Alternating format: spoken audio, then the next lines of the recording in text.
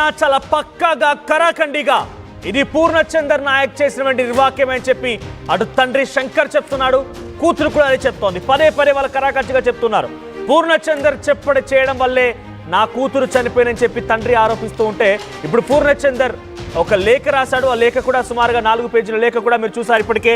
దాంట్లో నాకు ఎటువంటి సంబంధం లేదు, నేను తనని ఫ్రెండ్గా చూసాను, ఆ తర్వాత పెళ్లి చేసుకోమని అడిగింది, నేను అలా వద్దని చెప్పాను, నేను నా కూతురుతో సమానంగా చూసుకున్నాను, ఆ పాపను కూడా అంతా సవ్యంగానే ఉందని చెప్పి ఒక లేఖను కూడా విడుదల చేశాడు పూర్ణచందర్. తాజాగా పూర్ణచందర్ భార్య స్వప్న కూడా ఒక షాకింగ్ వీడియోను విడుదల చేసింది. పూర్ణచందర్ ద్వారానే నాకు కూడా స్వేచ్ఛ పరిచయం అయిందని, వారిద్దరి మధ్య సంబంధం నాకు తెలియదని చెప్పుకొచ్చింది పూర్ణచందర్ భార్య. ఇక వారిద్దరి వ్యవహారం తెలిసాక పూర్ణాని వదిలేశాను, పూర్ణచందర్ పైన స్వేచ్ఛ కూతురు అరణ్య చేస్తున్న ఆరోపణలు పూర్తిగా అసత్యం అని చెప్పి స్వప్న చెప్తోంది. అరణ్యను పూర్ణచందర్ సొంత కూతురులా చూసుకున్నాడు. స్వేచ్ఛ నన్ను మానసికంగా టార్చర్ చేసింది, స్వేచ్ఛ పూర్ణచందర్ను బ్లాక్మెయిల్ చేసింది, నా పిల్లల్ని కూడా అమ్మా అని పిలవమని చెప్పేది అని స్వప్న అంటోంది. ఇక నా భర్త నిర్దోషి అమాయకుడు అని చెప్తోంది స్వప్న. నాకంతా తెలుసు, స్వేచ్ఛ నాకు పూర్ణచందర్ ద్వారానే పరిచయం అయింది అనుకున్నప్పుడు నిజంగా స్వప్న ఆ రోజే గల్లా పట్టుకొని ఏంటిది, ఆల్రెడీ నీకు 2 పిల్లలు ఉన్నారు, 2 ఆడపిల్లలు ఉన్నారు, నేనేమైపోవాలని చెప్పి ఆ రోజే పూర్ణచందర్ గల్లా పట్టుకొని క్వశ్చన్ చేస్తే ఇక్కడి దాకా వచ్చేది కాదేమో. స్వేచ్ఛ పైన ఆ రోజే స్వేచ్ఛతో ఆయన కనుక ఈ సంబంధం ఉంది, వారిద్దరి మధ్య ప్రేమ వ్యవహారం కొనసాగుతుందని స్వప్నకి నిజంగా ముందుగానే తెలిసి ఉంటే, పూర్ణచందర్ భార్యకు ముందుగానే తెలిసి ఉంటే గల్లా బట్టి ఆ రోజు అడగాల్సింది, ఏం చేస్తున్నావు, బుద్ధి లేదా, తల లేదా అని చెప్పి ఆ రోజే క్వశ్చన్ చేయాల్సింది పూర్ణచందర్ని, లేదా ఆ రోజే పోలీసు ఫిర్యాదు చేయాల్సింది.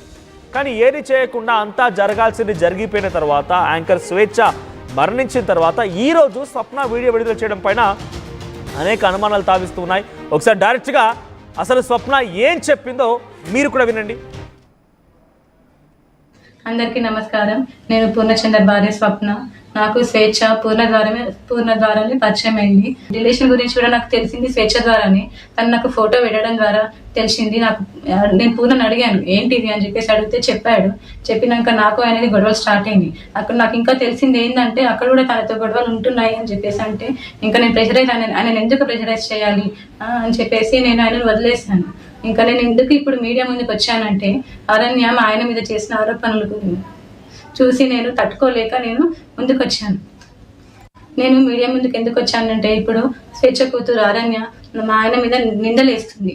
ఆ నిందలు నేను చూసి తట్టుకోలేక నేను వచ్చాను బయటికి. నా పిల్లలతో పాటే నా అరణ్యను కూడా తీసుకున్నాడు, తనకి స్కూల్లో జాయిన్ చేశాడు, ఫీజులు కట్టాడు, నా పిల్లలకి బట్టలు తీసుకున్నప్పుడు ఆయన కూడా తీసుకునేవాడంట. నేను నీ కన్న తండ్రి కూడా వదిలేసి వెళ్ళిపోతే కూడా పూర్ణ ఆ స్థానం తీసుకున్నాడు. కన్న తండ్రి కన్నా ఎక్కువనే చూసుకున్నాడు. నా కూతురు ఎలా అయితే చూసుకున్నాడో నిన్ను కూడా అలానే చూసుకున్నాడు అరణ్య. కానీ నువ్వు ఇలాంటి నిందలు వేయడం కరెక్ట్ కాదు. ఇంకా స్వేచ్ఛ కూడా నన్ను టార్చర్ పెట్టింది. ఈ విషయం తెలిసినాక కూడా నేను డిప్రెషన్లోకి వెళ్ళిపోతే నన్ను పూర్ణ కాశీకి తీసుకెళ్ళాడు మైండ్ రిఫ్రెష్మెంట్ కోసం. తీసుకెళ్తే అక్కడ కూడా ఫోన్ చేసి సతాయించింది. ఎందుకు తీసుకెళ్తున్నావు, ఆమె ఎవరని చెప్పేసి నువ్వు తీసుకెళ్తున్నావని సతాయించింది. ఆయన ఫోన్ లిఫ్ట్ చేయకపోతే నా ఫోన్కి చేసి సతాయించింది. అసలు ఎక్కడికి తీసుకెళ్ళినా, ఫంక్షన్కి వెళ్ళినా, ఎక్కడున్నా కూడా నువ్వెందుకు ఆమెతో ఉంటున్నావు, నా దగ్గరకు వచ్చేసాయి అని చెప్పేసి చాలా బ్లాక్మెయిల్ చేసింది. ఎప్పుడు చూడండి స్లీపింగ్ పిల్స్ మింగడము. నాకు ఆడపిల్ల ఉంది, స్వేచ్ఛ కూతురు అరణ్యాన్ని కూడా పూర్ణ నా కూతురు లాగానే చూసుకున్నాడు. నాకు తెలియకుండా పిల్లలని ఆమె దగ్గరికి తీసుకొని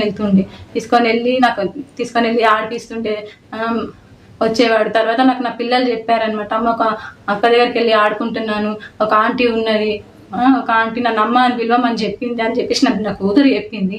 నా కూతురు చెప్తే నాకు తెలిసింది. ఇంకా అప్పుడు ఇంకా నాకు తెలియదు తన వెనకాల ఎవరుండి చెప్పిస్తున్నారో కూడా నాకు తెలీదు. కానీ ఇవన్నీ చేయొద్దు అరణ్య నువ్వు. మా ఆయన మీద నాకు నమ్మకం ఉంది, ఆయన అంత చెడ్డ మనిషి కానే కాదు. ఇంత చేరదీసిండు నిన్ను అరణ్య, నిన్ను మీ మమ్మీని ఇంత చేరదీసినా కూడా మా బతుకుని మీ మమ్మీ ఏం చేసిందమ్మా, తీసుకోమని మళ్ళీ రోడ్డు పాలు చేసేసింది. ఇప్పుడు నా జీవితము ఏంటి, నా పిల్లల భవిష్యత్తు ఏంటి అరణ్య. నాకు కోర్టు మీద నమ్మకం ఉంది, మా ఆయన నిర్దోషి, నేను ఆయన ఎలాగైనా కాపాడుకుంటాను. చూసారు కదా స్వప్నం చెప్తున్న మాటలు, పదే టార్చర్ చేసేది. నాకు స్వేచ్ఛ ద్వారానే ఈ విషయం తెలిసింది, నేను అప్పటి నుంచి నా భర్తను వదిలేశాను, ఆ తర్వాత మళ్ళీ భర్త అంటుంది, వదిలేస్తానని చెప్తుంది, మళ్ళీ తర్వాత భర్త అని చెప్పి నా పిల్లల్ని పదే పదే అక్కడికి తీసుకువెళ్ళేవాడు. అక్కడ వెళ్ళిన తర్వాత అక్కడ ఒక ఆంటీ ఉంది, ఒక అక్క ఉంది, ఆడుకున్నామని చెప్పి పిల్లలు చెప్పేవారు. అక్కడ ఆంటీ కూడా మమ్మల్ని అమ్మ అని పిలవమని చెప్పింది అని చెప్పి ఆ పిల్లలు ఆ తల్లికి చెప్పారట, పూర్ణచందర్ భార్యకి చెప్పారట.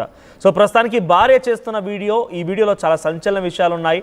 పూర్ణ పైన ఈ రకంగా ఆరోపణలు చేయడం తగదు అంటూ స్వేచ్ఛ కూతుర్ని మెన్షన్ చేసి తన వీడియోలో చెప్పుకొచ్చింది. నిజంగా ఆ రోజు మీకు నిజంగానే ఇబ్బంది కలిగిందన్నప్పుడు, మీకు నిజంగానే బ్లాక్మెయిల్ చేసింది స్వేచ్ఛ అనేటువంటి ఒక అభిప్రాయం మీకున్నప్పుడు, ఆ రోజే కనుక న్యాయస్థానాన్నో లేకపోతే చట్టాలను ఆశ్రయించి ఉంటే, పోలీసులను ఆశ్రయించి ఉంటే ఈ విషయం ఇక్కడ దాకా వచ్చేది కాదేమో. కానీ మీరు అక్కడ పూర్ణచందర్తో కొంత ఏకీభవించి పూర్ణచందర్ వదిలేశానంటే అది తప్పు.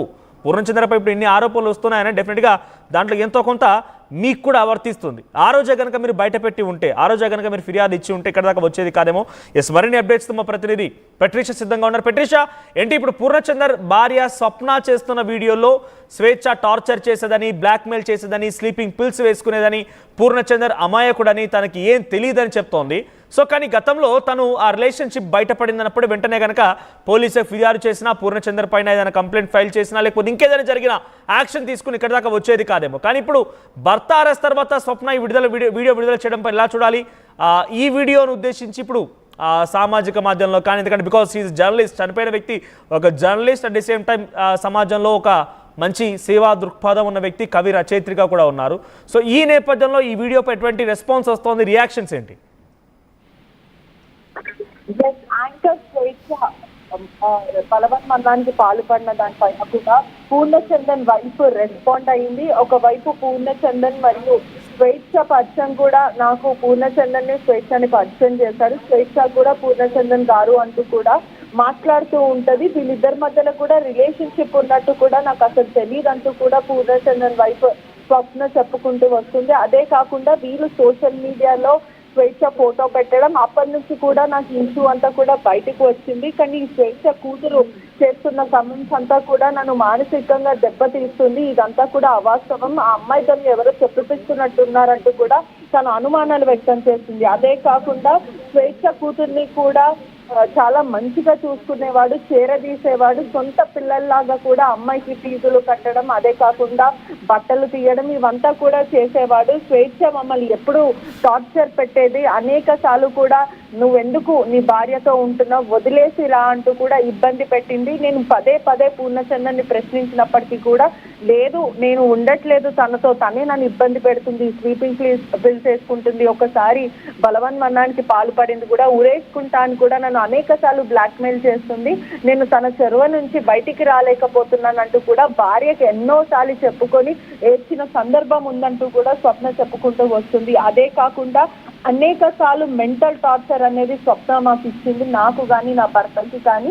ఎక్కడ పరువు పోతుంది అనే ఒక ఉద్దేశంతో ఇదంతా కూడా మేము బయట పెట్టలేకపోయాం. అట్లీస్ట్ వీళ్ళ విషయం తెలిసిన తర్వాత కూడా నేను డిప్రెషన్ వెళ్ళిపోయాను, నాకు చాలా ఇబ్బంది అయింది. ఆ తర్వాత నన్ను నా భర్త కాశీకి తీసుకెళ్ళినప్పటికీ కూడా అక్కడ కూడా కాల్ చేసి నీ భార్యతో ఎందుకు వెళ్తున్నావు, అసలు ఆమె ఎవరు అంటూ కూడా అగ్నిసాక్షిగా పెళ్లి చేసుకున్న నన్నే ప్రశ్నించింది తను. అదే కాకుండా అనేక సార్లు పూర్ణచందన్కి ఫోన్ చేసి ఇబ్బంది పెట్టడం, పదే పదే నువ్వు నీ భార్యతో ఉండద్దు, వదిలి వచ్చేయంటూ కూడా ఇటువంటి మాటలు చెప్పినప్పటికీ కూడా నేను పూర్ణచందన్ ఫేస్ చేస్తుందంతా కూడా అర్థం చేసుకోలేకపోయాను. అదే కాకుండా పూర్ణచందన్ అసలు ఇటువంటి వాడు కాదు, నా భర్త మీద అనేక ఎలిగేషన్స్ వేస్తున్నారు, ఆ అమ్మాయి కూడా కూతురు లాంటిదంటూ కూడా పూర్ణచందన్ అనేక సార్లు చెప్పాడు. నా పిల్లలకి ఎలా ఫీజులు కడతాడో, నా పిల్లలకి ఎలా బట్టలు ఇప్పిస్తుంటాడో అదే తరంగా స్వేచ్ఛ కూతురికి కూడా బట్టలు ఇవ్వడం జరిగింది. అదే కాకుండా అనేక సార్లు కూడా తను కాల్స్ చేయడం, ఇబ్బంది పెట్టడము, ప్రతిసారి థ్రెటనింగ్ కాల్స్ చేయడం, ఇదంతా కూడా